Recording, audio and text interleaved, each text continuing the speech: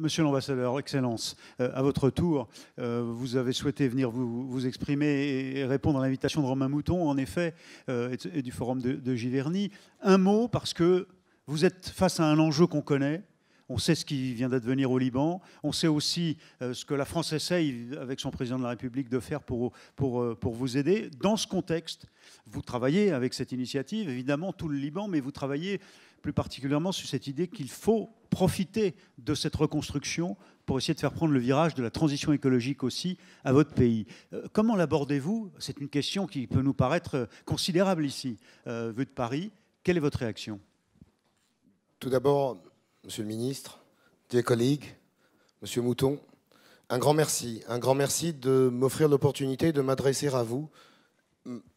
Excellency, I'm sorry, but I can't... De me donner l'occasion de m'exprimer devant vous dans ce forum-là, puisque ce forum est doublement important. Il permet, d'une part, comme vous venez de le voir, de rassembler des visions internationales, d'apporter un regard global sur le déroulement des choses, mais le forum est aussi intéressé par l'aspect local des événements. Le fait d'insister aujourd'hui dans notre approche sur la responsabilité est un témoignage, est une preuve de l'intérêt pour le local que porte le forum. Et donc c'est au croisement de ce regard global et de cet intérêt pour les choses précises, les choses essentielles, les choses durables, que je vois ma participation aujourd'hui dans le cadre de ce forum. J'en suis fortement honoré. Merci encore une fois, Monsieur Mouton, pour l'invitation. Vous venez de le dire, le Liban se trouve dans une situation où il est à plaindre. Le Liban, effectivement, pour la comparaison, entre 1,3 milliard d'Indiens et 4 millions de Libanais, plus 2 millions de déplacés et réfugiés. Le Liban est un petit pays. Un petit pays, on pourrait penser, avec de petits problèmes. Mais le Liban est un petit pays qui aujourd'hui est confronté à de grands problèmes. Le Liban subit depuis quelques mois plusieurs chocs. Des chocs qui ne viennent pas effacer les chocs précédents, mais des chocs qui viennent s'additionner, cumuler les malheurs.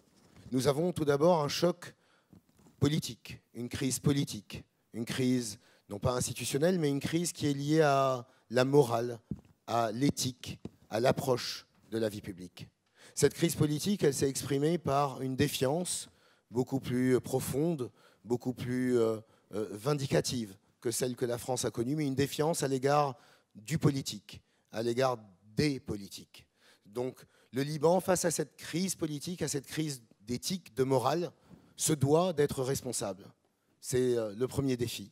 Mais le Liban subit aussi une deuxième crise, une crise économique. Le Liban est depuis le 7 mars 2020 en défaut de paiement de sa dette externe.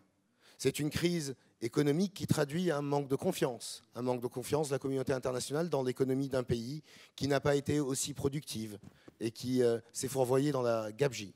C'est une crise aussi où la responsabilité n'a pas été présente.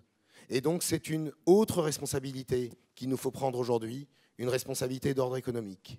Et enfin, le Liban, depuis le 4 août, a subi une crise d'un ordre nouveau, du moins pour nous, et je pense pour la majorité de ceux qui sont là et qui n'ont pas connu les grandes explosions dévastatrices. C'était 10 fois ce que vous avez connu en France avec AZF. C'est une explosion qui a dévasté le port de Beyrouth, donc qui a touché un poumon économique au Liban, mais qui a surtout dévasté des quartiers de Beyrouth qui sont des quartiers où le patrimoine, où la pierre est importante. Non pas parce que nous sommes des bâtisseurs, mais la pierre est importante parce que dans ces quartiers-là de Beyrouth, la pierre équivaut à une identité libanaise qui s'est retrouvée d'un coup meurtrie. 3 crises, politiques, économiques, et une crise due à une tragédie, à un drame, une explosion de 2750 tonnes de nitrate d'ammonium qui était stockée dans un hangar du port de Beyrouth, dévoile une défaillance dans la responsabilité. Une grande défaillance dans la responsabilité politique qui aujourd'hui nous revient en pleine figure. Une défiance qui est à la fois endogène et exogène. La communauté internationale n'a plus confiance et le peuple, la population n'a plus confiance. Il nous faut donc politiquement être responsable. Politiquement être responsable, c'est-à-dire prendre des décisions justes au moment juste. Et aujourd'hui, ces décisions exigent que nous réformions notre système qui, dans certains secteurs, dans certains domaines, nous a menés dans des impasses. Aujourd'hui, il nous faut un système où la corruption n'est plus le maître mot, mais où la corruption est le défi à surmonter.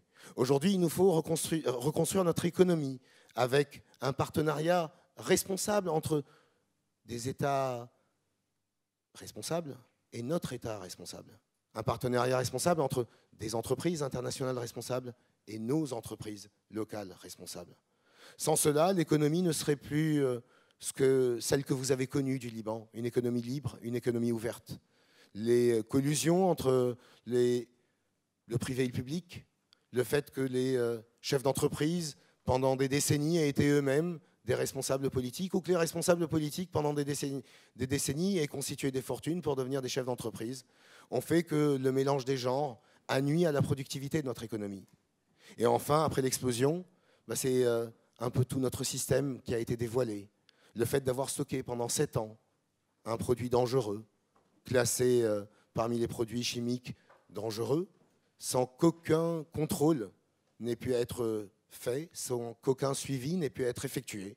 Ceci dévoile, à certains égards, non pas une défaillance, mais une incurie de l'appareil d'État qui devra aujourd'hui reconstruire un réseau de PME, de petites et moyennes entreprises, qui était le poumon de ces quartiers-là de Beyrouth, sachant que le pays n'a plus de liquidité. Mais c'est aussi le moment où il faudra reconstruire le vieux, et non pas le faire avec des rustines, non pas le faire en pensant au temporaire, mais se projeter dans un avenir que l'on pense beaucoup plus prospère qu'un passé que nous avons connu. Et dans ce cadre-là, vous l'avez mentionné, j'arrive juste du Liban, où le président Macron se rendait pour la 2e fois en moins d'1 mois. En l'espace de moins d'1 mois, j'ai peu de souvenirs d'un président français s'étant rendu dans une capitale étrangère. Une première fois, le 6 août, pour constater les dégâts de l'explosion, du drame, de la tragédie du 4 août, et pour affirmer l'engagement de la France.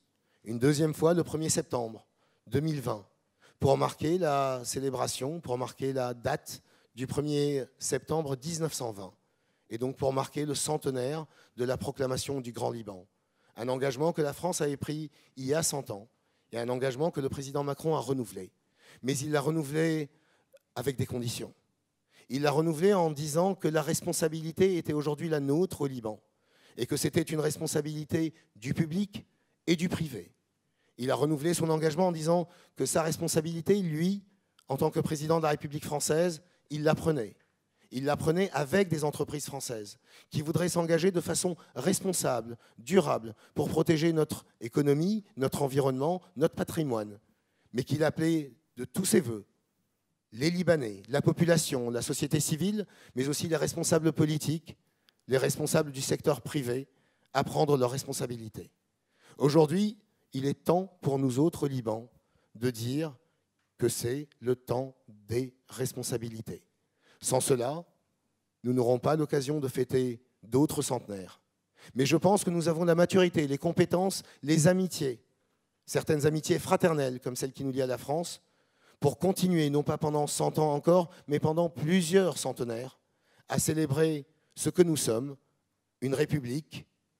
Et en ce jour, la République prend toute sa valeur.